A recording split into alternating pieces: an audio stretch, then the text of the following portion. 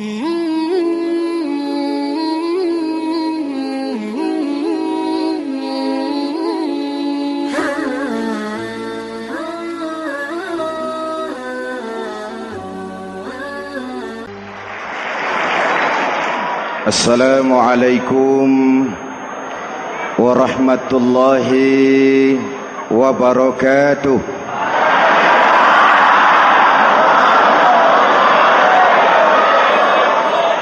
Alhamdulillahi rabbil alamin. Wassalatu wassalamu ala asyrafil mursalin Sayyidina wa maulana Muhammadin wa ala alihi wa sahbihi ajmain, amma ba'du. Para ulama yang saya muliakan, hadirin hadirat ma'asyiral muslimin yang saya cintai, banyak kita alami perubahan-perubahan yang terjadi, baik perubahan yang menyangkut sosial budaya, lebih-lebih yang menyangkut sosial politik. Yang tidak banyak mengalami perubahan adalah sosial ekonomi. Bahkan angka kemiskinan kita naik menjadi 3/5 dari total penduduk kita hidup di bawah garis kemiskinan, dan 20% diantaranya miskin mutlak. Perubahan-perubahan yang terjadi menyadarkan kita kepada kebenaran Al-Quran ketika Allah menyatakan wa tilkal ayyamu nudawiluha bainan nas. Hari itu kami putar di antara manusia. Ada saat datang, ada waktu pergi. Ada hari lahir, ada saat kembali, ada waktu dilantik, ada saat menyerahkan jabatan. Hari kami putar di antara manusia dan hidup cuma sekadar menunggu giliran. Soalnya kemudian di tengah perubahan-perubahan yang terjadi begitu cepat, what must we do now?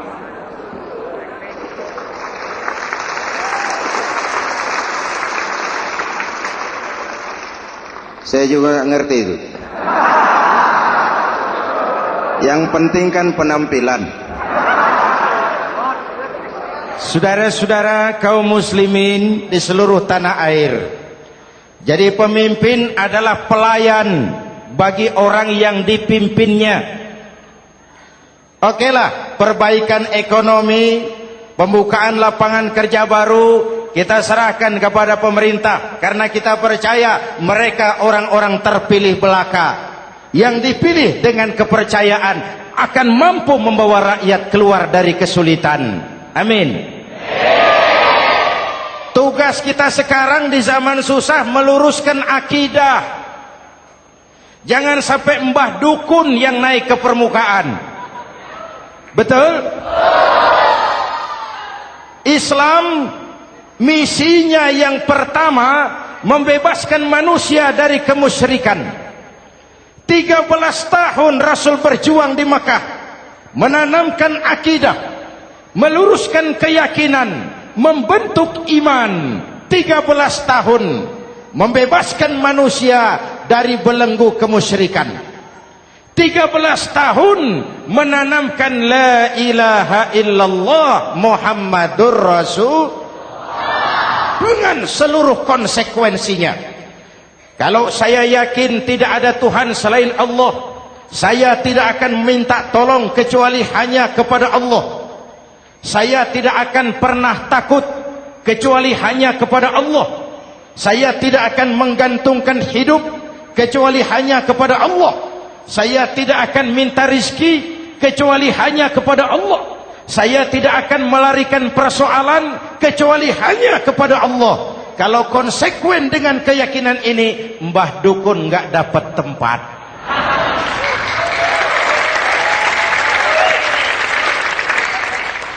Akur? Ayo lihat secara sederhana. saya sandaran di tiang, tiangnya ambruk, sayanya jatuh.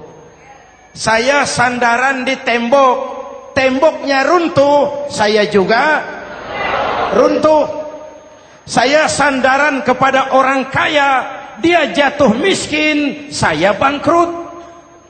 Saya sandaran kepada jenderal, dia pensiun, saya selesai.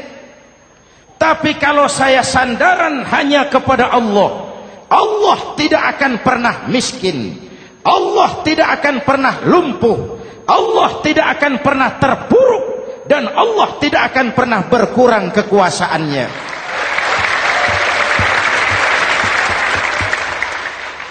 Maka umat Islam, sesulit apapun zaman yang kita hadapi, Allah juga tempat kita bersandar.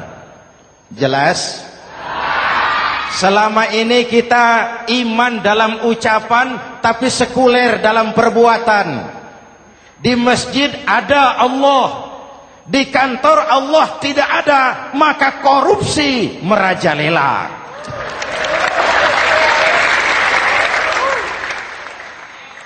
Di masjid ada Allah, di pasar Allah tidak ada, maka timbangan tetap curang.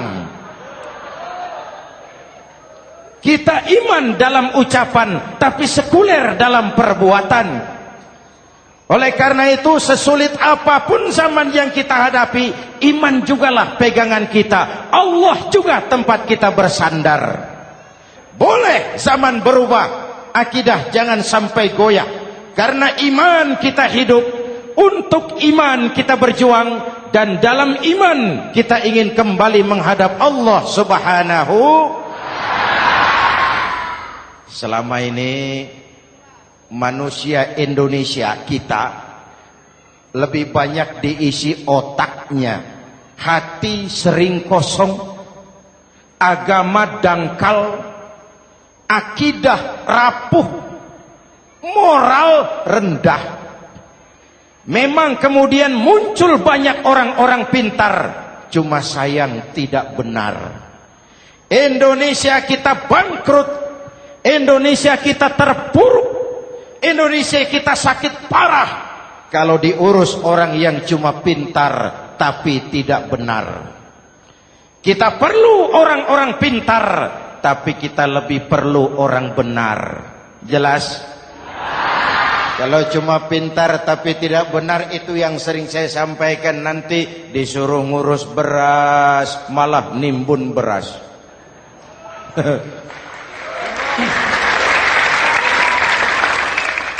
Disuruh ngurus laut malah jadi bajak laut. Disuruh ngurus hutan rame-rame jadi orang hutan. Jutaan hektar hutan Indonesia kita ini merupakan kekayaan sumber daya alam kita yang harus digunakan bagi sebesar-besar kemaslahatan rakyat. Yang disuruh ngurus hukum malah bikin hukum seperti pisau, tajam ke bawah, tumpul ke atas. Jangan heran lalu di masyarakat muncul street justice, pengadilan jalanan, sebagai refleksi dari ketidakpuasan melihat sikap hukum yang sangat berpihak. Kalau yang kecil salah, hukum cepat-cepat ditegakkan.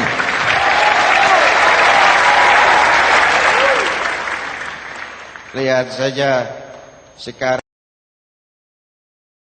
sekarang ini kalau orang terkenal banyak uang punya masalah, antri yang bela. Betul? Tapi saudara lihat si Marsinah di Jawa Timur, si Sengkon dan Karta di Jawa Barat, si Udin Bernas wartawan Jogja, terseok-seok mencari keadilan, sampai hari ini urusannya masih remeng-remeng. Kenapa bisa begitu? Jawabannya sederhana, tidak ada fulus. Ada fulus mulus, tidak ada fulus manfus. Betul? Jangan sampai para penegak hukum kita terjebak pada lagu baru, maju tak gentar membela yang bayar. Biar bertentangan dengan nurani, biar bertentangan dengan public opini, biar bertentangan dengan rasa keadilan. Siapa yang bayar, itulah majikan. Mau benar atau salah, belain terus. Kalau seperti inilah hukum kita, mafioso keadilan akan tetap gentayangan. Hadirin yang saya hormati, 13 tahun beliau berjuang di Mekah, meluruskan keyakinan, memantapkan akidah, meneguhkan iman. Dari situ segalanya dimulai, dan ke situ segalanya akan menuju. Intan paling mahal, mutiara paling berharga, tidak lain adalah nilai-nilai keimanan. Kalau itu sudah tergadai, apalagi yang bisa kita banggakan dalam kehidupan ini? Kita merasa harta kita berharga, belum ada artinya ketimbang iman. Kedudukan kita punya nilai pun belum ada artinya ketimbang dengan nilai-nilai keimanan. Itu intan paling mahal, itu mutiara paling berharga. Harta baru ada manfaatnya kalau dilandasi dengan iman. Jabatan dan kedudukan baru terasa gunanya kalau dilandasi dengan keimanan. Kalau jabatan lepas dari iman, yang akan lahir Fir'aun baru. Jelas? Kalau harta terlepas dari iman, yang akan muncul adalah konglomerat Korun. Kalau ilmu pengetahuan terlepas dari nilai dasar keimanan, maka yang akan muncul adalah ilmuwan pelacur yang menyalahkan yang benar, membenarkan yang salah untuk kepentingan pribadi. Dan kondisi seperti itu tidak akan membuat kita makin sehat. Oleh karena itu, pada kesempatan ini, pesan pertama saya, menghadapi zaman susah, tetap jaga akidah, tetap pelihara keyakinan. Kesulitan bukan untuk ditakuti, untuk diatasi. Hidup adalah kerja keras, bukan keajaiban. Perubahan tidak akan datang hanya dengan simsalabim abragadabra. Perubahan tidak akan muncul hanya dengan berandai-andai. Perubahan tidak akan turun dari langit seperti turunnya embun di waktu malam. Perubahan adalah kerja keras, sehingga Al-Quran membimbing kita, innallaha la yughayyiru ma biqaumin hatta yughayyiru ma bi anfusihim. Allah tidak akan mengubah keadaan suatu bangsa kalau mereka tidak mau mengubah apa yang ada di dalam diri mereka. Yang ada di dalam diri itu rule of thinking, state of mind, cara kita berpikir, cara kita memandang kehidupan, cara kita mengatasi persoalan. Hadirin yang saya hormati, inilah iman. Berangkat dari ini kita menyadari, ini ujian buat kita rakyat. Dan kita rakyat Indonesia ini kalau sama susah sih sudah kenyang. Ya Pak? Ya Pak? Kita ini sebagai bangsa mengalami apa yang disebut oleh Bung Karno up and down. Naik, turun, timbul, tenggelam, pasang, surut. 350 tahun dijajah oleh Belanda, kita susah. Berangkat Belanda masuk Jepang, susah lagi. Pergi Jepang, datang nikah, susah lagi.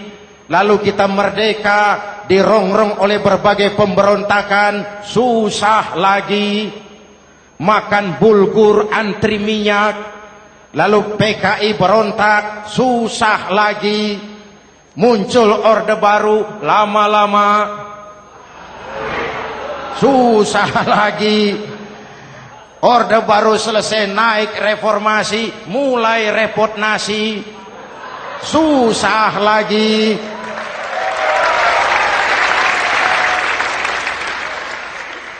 Kalau susah kita ini sudah akrab, sudah intim. Mestinya kalau sudah susah seperti itu, jangan salah sikap menyikapi kesusahan. Jangan sampai kita potong kompas, ambil jalan pintas, terjebak menghalalkan segala cara. Itu tidak akan menguntungkan, itu tidak akan menyelesaikan. Kalaupun selesai, nampaknya penyelesaian sesaat, dan penyelesaian sesaat bukan penyelesaian yang sebenarnya. Karena itu tetaplah dalam koridor keimanan. Boleh zaman berubah, akidah jangan sampai goyah. Silahkan masa berganti, tapi keyakinan jangan mati. Sekali la ilaha illallah, sampai tetes darah paling penghabisan, tetap la ilaha illallah. Sanggup? 3 orang. Sanggup? 21. Sanggup? Kalau sanggup kita harus konsekuen. Saudara-saudara di seluruh tanah air, misi yang kedua dari Islam setelah membebaskan manusia dari kemusyrikan, membebaskan manusia dari ras diskriminasi, mengikat manusia dengan tali akidah. Sebelum Islam datang, manusia dibedakan oleh warna kulit, manusia dibedakan oleh faktor keturunan, manusia dibedakan oleh faktor harta dan benda. Adalah Rasul yang mengajarkan, innallaha la yanzuru ila suwarikum wala ila amwalikum walakin yanzuru ila qulubikum wa a'malikum. Allah tidak melihat potonganmu, Allah tidak melihat hartamu. Yang Allah lihat itu adalah hatimu dan amal perbuatanmu. Jauh sebelum Amerika teriak-teriak membanggakan apa yang mereka sebut sebagai Declaration of Independence, Nabi sudah mengajarkan kepada kita semua, An-nas kulluhum li Adam wa Adam min turab, la fadla li Arabiyyin ala ujamiyyin illa bittaqwa. Seluruh manusia berasal dari Adam. Adam diciptakan dari tanah. Tidak ada kelebihan Arab dengan yang bukan Arab kecuali takwanya. Jauh sebelum Amerika mencanangkan bahwa semua manusia dilahirkan sama, that all men are created equal. Jauh sebelum itu Islam sudah membebaskan manusia dari ras diskriminasi. Apa dalam konteks kekinian? Menghadapi zaman susah, tetap jaga kerukunan. Ya Pak, ya Bu, oi Bu. Menghadapi zaman susah, tetap jaga kerukunan, baik antar umat seagama, antar umat beragama, maupun antar umat beragama dengan pemerintah. Menjaga kerukunan. Jangan saling sikat sikut di antara kita. Sebab kalau sudah rukun, saya ajak berhitung. 1 ditambah 1 sama dengan, itu matematika namanya. Hasilnya pasti. Tapi angka sosial hasilnya aneh.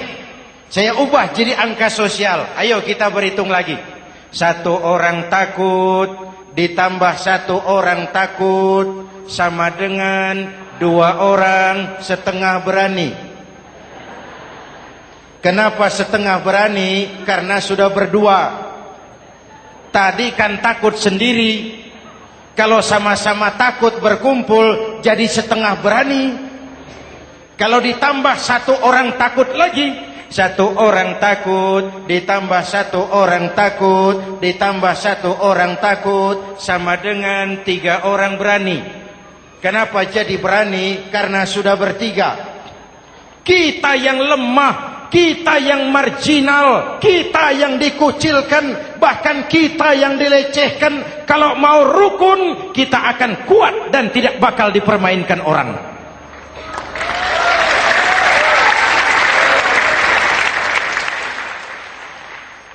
Tapi kalau rukunnya yang satu mau menikam yang lain, saya ajak berhitung lagi. Yuk berhitung yuk. 1 ekor ayam ditambah 1 ekor musang sama dengan 1 ekor musang. Kemana ayamnya? Dimakan musang. Betul nggak nih hitungan? Ayo kita hitung lagi. 1 ekor ayam ditambah 1 ekor musang sama dengan 1 ekor musang. Kemana ayamnya? Dimakan musang. Jadi kalau kita suka kumpul dengan orang yang mau makan kita, selesailah kita.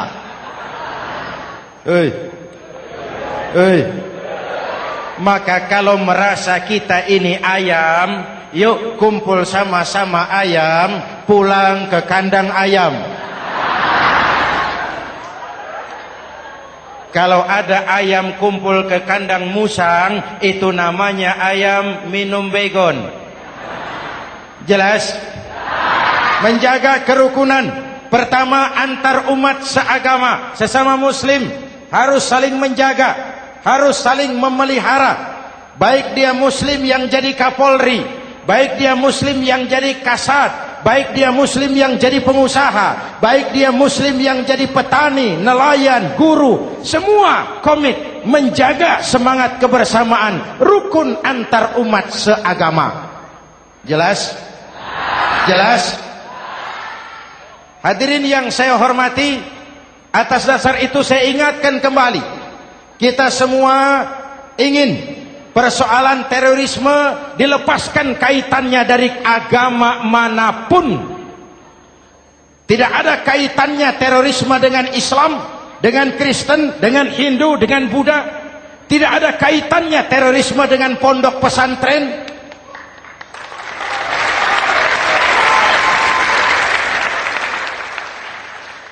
Jangan sampai pesantren jadi kambing hitam. Karena sejak zaman penjajahan, pesantren sudah terbukti memberikan kontribusi bagi perjuangan memerdekakan rakyat Indonesia. Rukun antar umat seagama. Yang kedua, rukun antar umat beragama. Islam ini rahmatan lil. Jangankan manusia walaupun berbeda agama, binatang saja dihormati. Ada hadis, fa iza zabahtum fa ahsinuz zibhata. Kalau kamu menyembelih hewan, sembelihlah dengan cara yang terbaik. Jangan menyembelih ayam dengan pisau tumpul. Itu namanya tidak berperi kebinatangan. Yang kecil lagi, saudara buka babul istinja, makruh buang air kecil di tanah yang berlubang. Sebab apa? Pertama, menjaga kesehatan. Siapa tahu di lubang yang saudara buang air kecil itu ada gas beracun. Kalau tidak, melindungi binatang yang ada di dalam lubang. Siapa tahu di lubang yang saudara buang air kecil itu ada semut sedang rapat membahas terorisme. Apa dosanya lalu mati dikencingi? Ini namanya rahmatan lis semut. Binatang saja dilindungi. Maka perbedaan agama tidak harus menyebabkan kita bertolak belakang. Perbedaan agama bukan alasan untuk saling bermusuhan. Apalagi kita sudah menyadari tentang kemajemukan kita, tentang kebinekaan kita, tentang keragaman kita. Rukun antar umat beragama. Saling menghormati, saling menghargai, tapi tetap dalam batas lakum dinukum.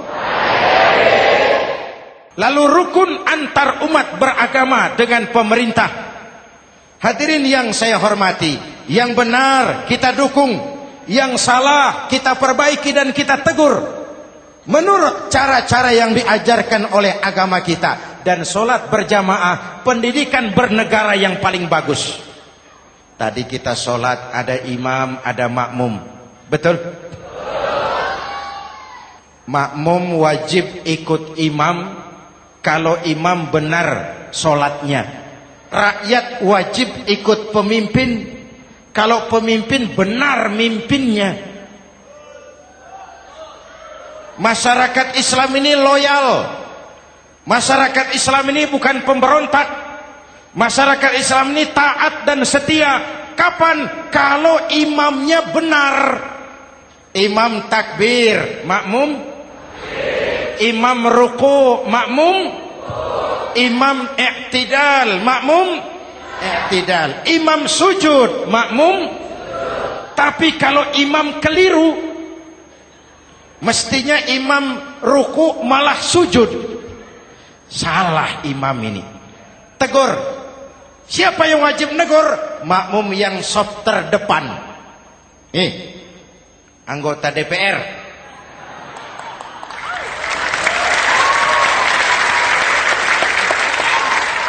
Ini wakil-wakil makmum ini, saf di depan ini. Kalau imam keliru mereka paling tahu.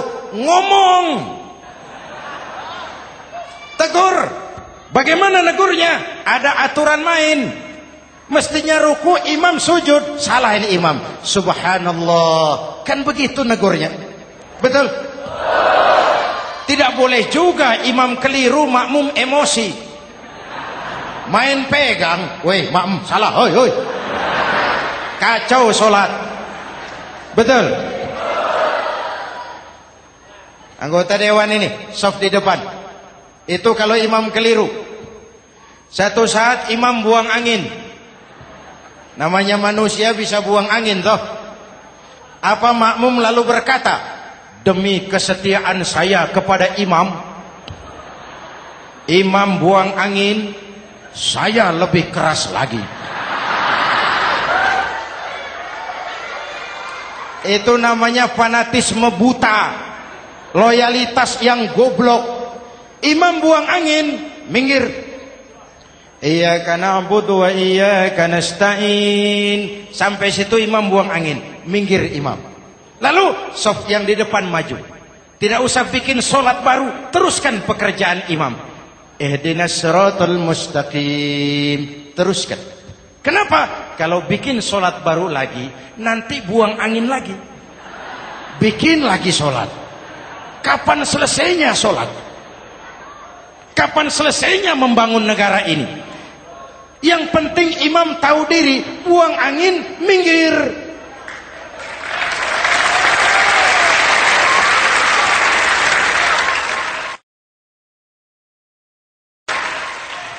Ini kacaunya solat berjamaah kita sekarang. Kacaunya negeri kita sekarang. Banyak imam sudah buang angin, gengsi. Diam aja merasa nggak punya salah. Dikasih tahu sama makmum, imam tadi buang angin ya, malah jawab sedikit. Apa kalau sedikit lalu tidak batal solat itu?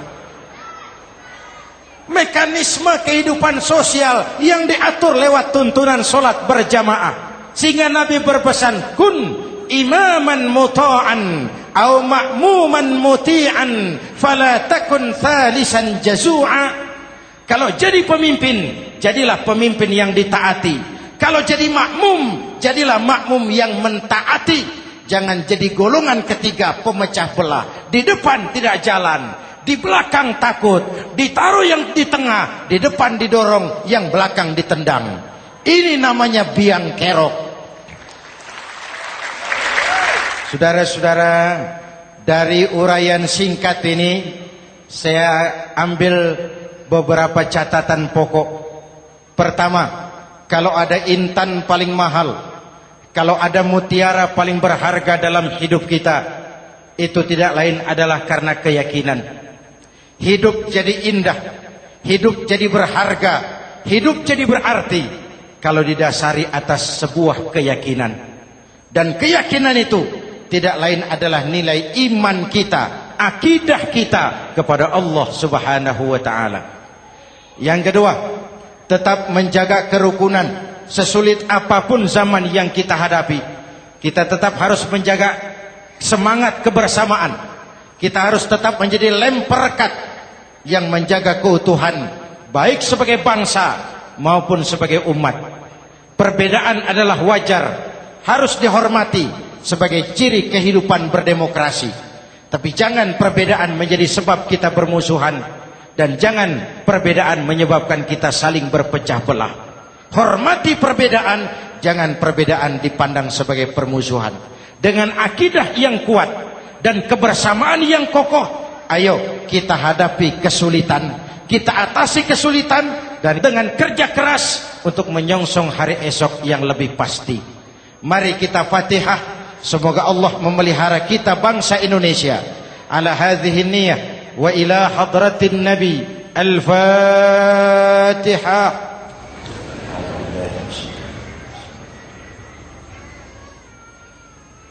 Iyyaka na'budu wa iyyaka nasta'in. Ihdinas siratal mustaqim. Siratal ladzina an'amta 'alaihim. Bismillahirrahmanirrahim. Amin. Alhamdulillahi rabbil alamin. Allahumma salli wa sallim mubarak ala sayyidina Muhammadin wa ala alihi wa sahbihi ajma'in. Allahumma rabbana taqabbal minna salatana wa siyamana wa qiyamana wa takhassu'ana wa ta'abbudana wa tammim taksirana ya arhamar rahimin. Allahumma aslih man fi salahihi salahul muslimin. Allahumma ahlik man fi halakihi salahul muslimin. Allahumma rabbana la tu'akhizna in nasina aw akhtana. Rabbana wa la tahmil alaina isran kama hamaltahu ala alladhina min qablina. ربنا ولا تحملنا ما لا طاقة لنا به واعف عنا واغفر لنا وارحمنا أنت مولانا فانصرنا على القوم الكافرين. اللهم اجعلنا من السعداء المقبولين ولا تجعلنا من الأشقياء المردودين. أفضل ما قلته أنا والنبيون من قبلي لا إله إلا الله.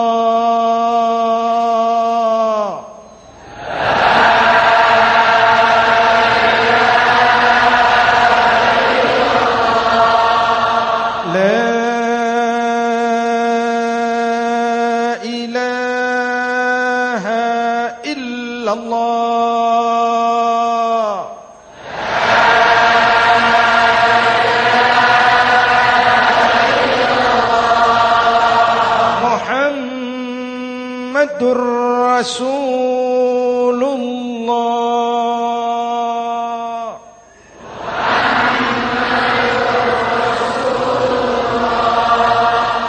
Sallallahu alaihi wa alihi wa sallam. Kalimatu haqqin 'alaiha nahya wa 'alaiha namut wa 'alaiha wa biha nub'atsu insyaallah minal aminin minal aminin minal aminin rahmatika ya arhamar rahimin.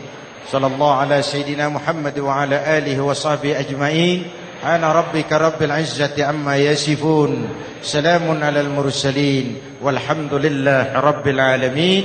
Jumpa lagi di lain kesempatan insyaallah. Wassalamu alaikum warahmatullahi wabarakatuh.